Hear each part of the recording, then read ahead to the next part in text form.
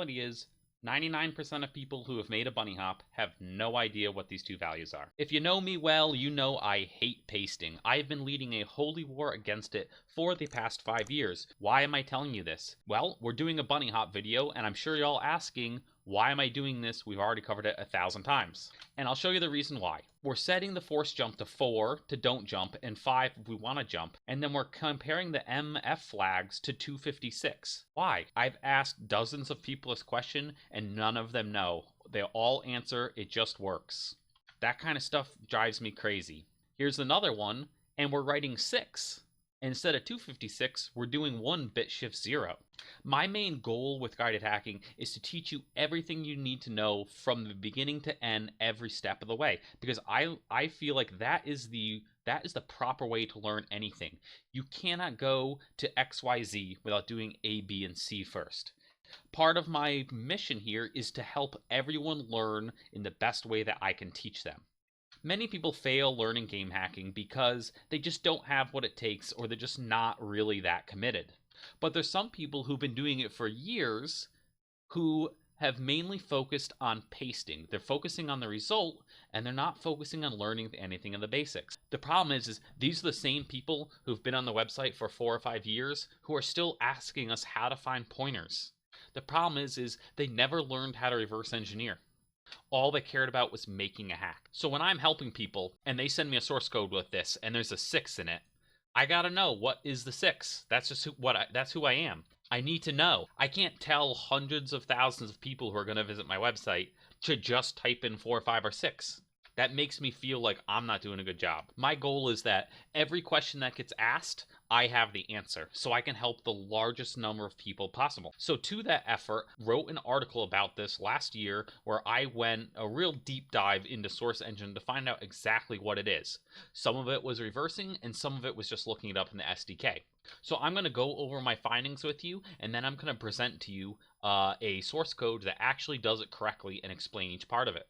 So the reality is, 99% of people who have made a bunny hop have no idea what these two values are. MF flags and dwForceJump, they're both bitfields. A bitfield is typically a 4-byte variable where each bit is a bitflag. A bitflag is a bit that represents a bool.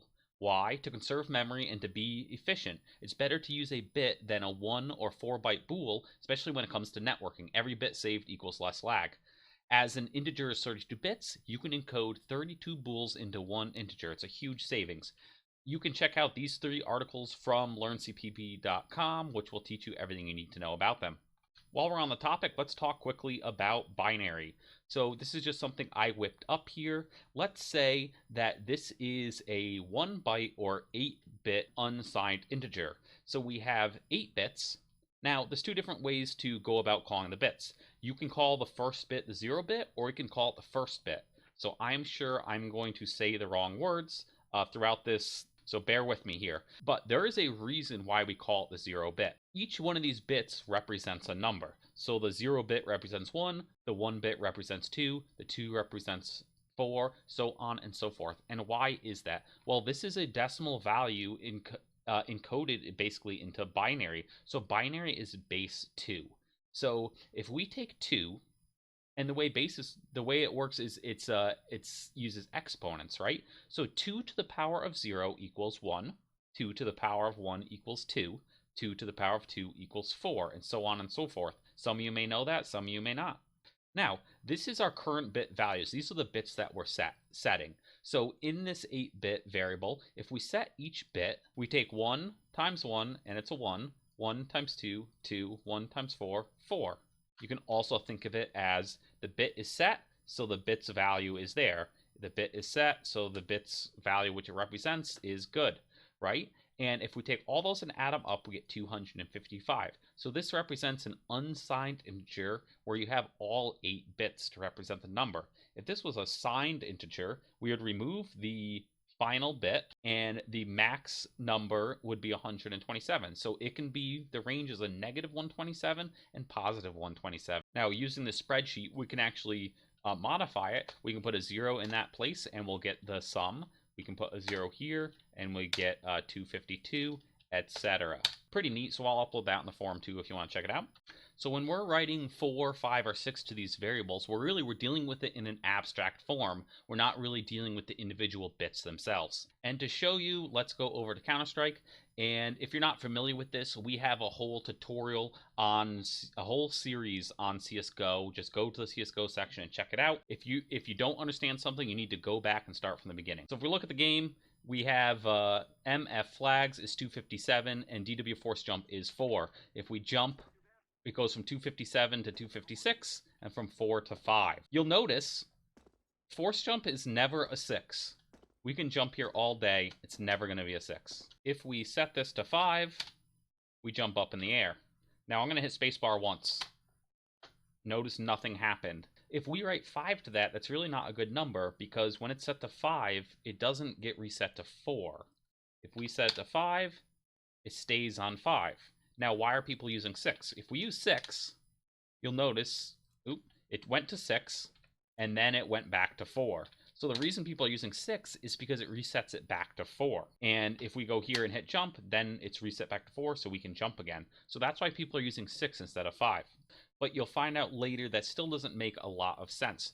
So MF flags is basically used for model animations and other things. The two most common bits are on the ground and client. Which is the 7-bit.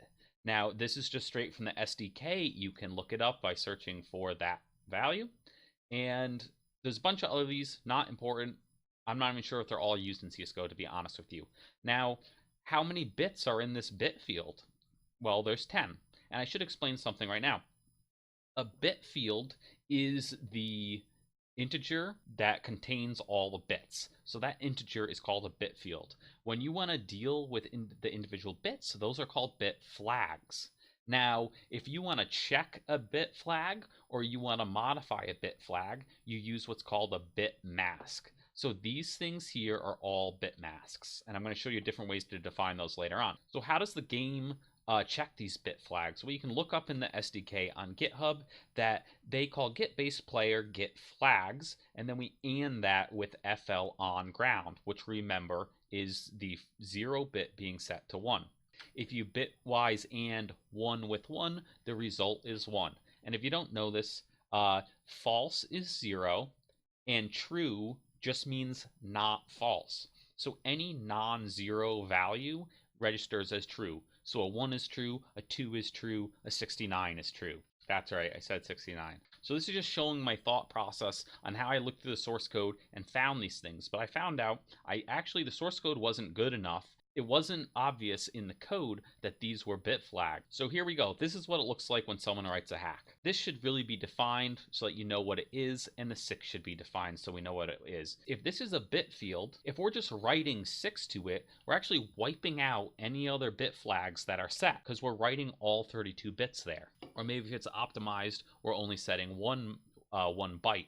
But either way, we're wiping out the other bit flags. The proper thing to do is to read the current bit field, and then modify it, and then overwrite the bit field. Talked about setting it to 5 was actually a bad thing because it didn't reset it back to 4, but setting to 6 worked well. So as a test, I ran all the different values, 0 through 10, and you'll notice 2, 3, 6, and 7 will all make you jump. Now 4 and 8 don't make you jump. The pattern here is, you'll notice in all of these, either the 0-bit or the 1-bit is set, and that makes you jump. But in this set, the 0 and 1-bit are both 0. So what's interesting here is we can't isolate one single bit as forcing us to jump. There are 2 bits which make us jump. The trouble with some of the other values is that it doesn't always reset the value back to 4, and that presents a problem in certain situations. So we need to find out exactly which bits we need to set. That will make sure that it's always going to force us to jump, and we're not going to get stuck in that non-jumping state like when we do 5. So how does the game check if we're jumping? You can look at the source code and you will find the function is jumping, which just returns b jumping. So now we need to know, where is b jumping getting its value? Well, b jumping is actually getting its value from MF flags, and it's checking the FL on ground bit. So we already know that that is the 0-bit being. If we scroll down here, we get the base player's flags and we AND it with FL ground, and then we set jump default and we restart the main sequence. We can see the if statement here, it's checking how long you've been jumping. If the jump's already been initiated and we're ready to stop the jump animation, then we're going to set jump to false and restart the main sequence. And I believe this is just a completely 100% animation function there. So let's look at the movement function. I kept looking and I found the movement function, and it checks if M buttons and in jump. So if the in jump bit mask is set, then we want to jump. Okay, so MN buttons, this is a bit field, right? We're using bitwise operator, and it's checking the in jump bit flag and setting it to jump if it's set. So here's the N buttons bit flags, which are all defined here. So I thought this was it, but it turned out that's not it, because we can see all these other bits and they are not set. So if you press any of those keys on your keyboard, none of those bits get set. Are they the same thing? No, unfortunately they're not. It only is correct if you're jumping, right? But this didn't end up being what we were looking for. So I kept digging and I found the dwForceJump is actually a K button structure. So the K button structure has 3 integers. One represents the state and the other 2 is just called down. The low bit is down state. So it is already telling us that the first bit represents whether the key is held down. So this is just part of the input handling for CSGO. You can see where in jump is actually defined here as a button. So that 0 bit represents the state, the low bit of that integer.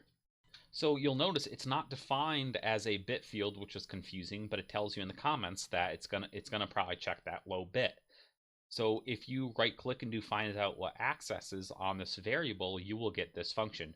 So this function is EAX right here, and then we test lower EAX against 1, and then we do bitwise OR. So that tells you right here that we're dealing with bitflags in a bit field. You can see it doing the bitwise OR as well. I looked at it with IDA actually. It's very easy to find if you search for the string down here. One thing that's interesting here is this part. If the key is down and it's still down, then we're going to do a bitwise OR with 1 plus 2. So the decimal 3 is represented by the 0 and 1 bit.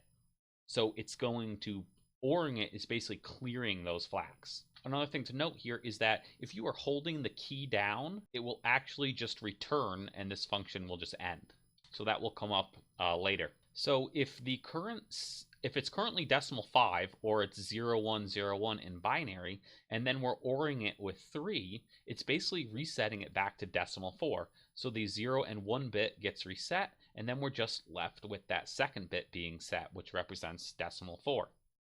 So why is this third bit set, right? Why is it 4 instead of 0? If you read deeper in the source code, it actually explains it in some comments that were kind of hard to find. It actually tells you that it's used as a bit field. In the comments, you see bit 0 is key down, bit 1 is impulse down, and bit 2 is impulse up. So what the hell is an impulse?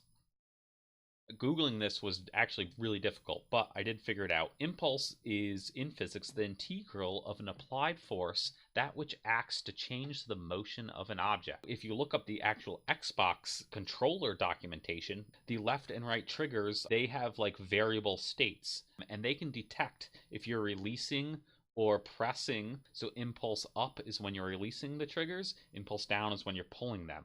Look back up at this decimal 4, it's the 0, 1, and 2 bit. So this bit 2 is impulse up. For whatever reason, CSGO and its Xbox controller implementation is not checking the impulse. It's just always set to being up.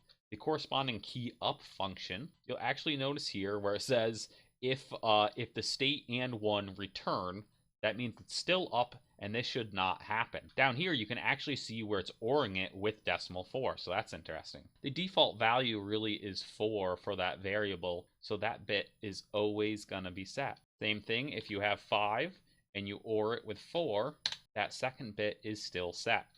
So impulse up is always set. That's why it's not 0, it's 4. We're going to completely disregard the bit. Now we know what it means and why it's always set. So the conclusion here is dwForceJump is the kButton.state variable for your jump key. It's defined as an integer, but it's used as a bit field. There are 3 bits in the bit field, and when the 0 bit is 1, you jump, and when it's 0, you don't jump.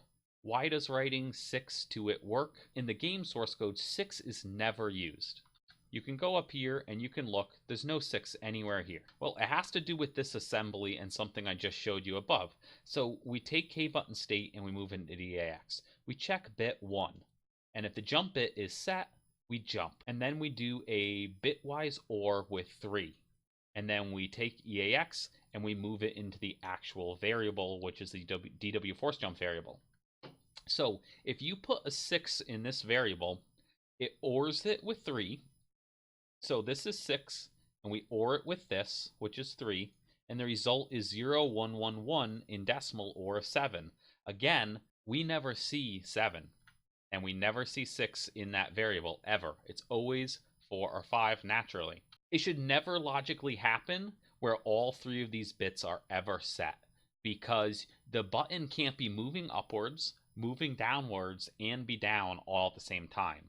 Right? That just doesn't make any sense, and it doesn't happen. We can additionally prove this. We can set a conditional breakpoint on this test AL01, and we can do the conditional EAX equals 6. And EAX is never 6 through the course of gameplay. I've already tested. So the reality is that getting the bit field and setting the first or second bit makes more sense than writing a 6 to that variable.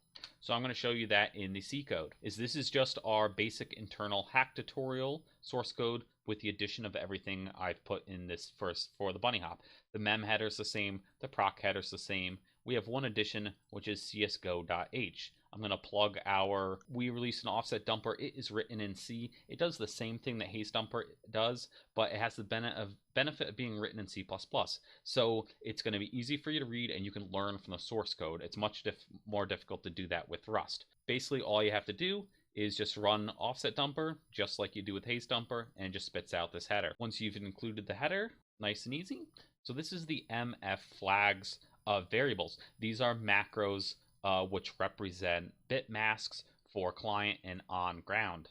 Now, you can also do it in a non-macro format without like this, with just using constant integers. You can also do it the really cool way, which is using binary literals. And you're setting each bit with 0 or 1. So to do this, all you need to do is prefix it with 0B. And you can remove these, you don't need them, but what's nice is you separate each set of 4 bits, which makes it really easy and obvious which bits these bit masks represent. The absolute coolest way to do it is to use std bitset, okay? So you just have to use the bitset header, and it's just a container like any other, and we're gonna set it to be an 8-bit bitset. We're calling it dwForceJump bitmask, and then we're going to initialize it using a binary literal. So this makes it really obvious exactly what you're trying to do here and what you're trying to represent. When you're dealing with these things, what makes more sense? 4, 5, and 6 decimal notation, or this? So we get the process ID, open the process, get the module handle, do a little output, and we have our current flags, which is going to store the flags that we read, current jump state, which is going to store the jump state that we read, and then we have a bit set of 32 bits, and it's the new jump state bit field. We're going to use those as an example to show you how to use std bitset function. Once we've set our bit field the way that we want, we are going to create a new jump state integer, because we need that as a source operand for our write process memory. We're going to get the local player address. Remember to always do this inside your while loop, because maybe when you die or change maps or join new servers, that pointer is no longer going to point to the same dynamic variable. So always make sure this is inside your while loop. And I'm going to show you 2 different ways to do this. So first thing we do is, if we're holding the space key and it's toggled, we're going to read the current flags and the current jump state. We're going to initialize or set the new jump state bit field to the current jump state. We're going to do a bitwise AND with the current flags and FL on ground. And so if we're on the ground, we want to jump. So if you want to set a bit, you do a bitwise OR with the current value and the bit mask, and that sets the bit to a 1. If we want to reset it, like when we don't want to jump, we want to unset the bit. So we do that with a bitwise AND, but instead of doing it with the bit mask itself, we do it with a bitwise NOT. So we do a bitwise AND and a bitwise NOT, and that unsets the bit, aka sets it to 0. Now we're preserving the other bit flags the way we're doing this. We're not just writing a 1, which is the proper way to do it. I want to show you the second way. So we take our bit set bit field and we call set on the 0 bit. So that's going to set the 0 bit to 1. And then in order to get this into a variable which we can write to, we can write from as a source buffer, we're just going to do a 2 unsigned long and put it into new jump state, which is just an integer, and then we're going to write it. Same thing down here. We can just reset the 0 bit by calling reset. So if I was trying to write a perfect source code here, that's what it would look like. It doesn't mess with the bit flags, and as you can see, it does work. So we'll do F1 to toggle and then hold spacebar to BunnyHop, and there you go. An actual bit field, bit mask, bit flag, BunnyHop. I really hope you enjoyed this video. Again, guidedhacking.com/donate, patreon.com/guidedhacking. Please support us so that we can continue to make videos, and peace out.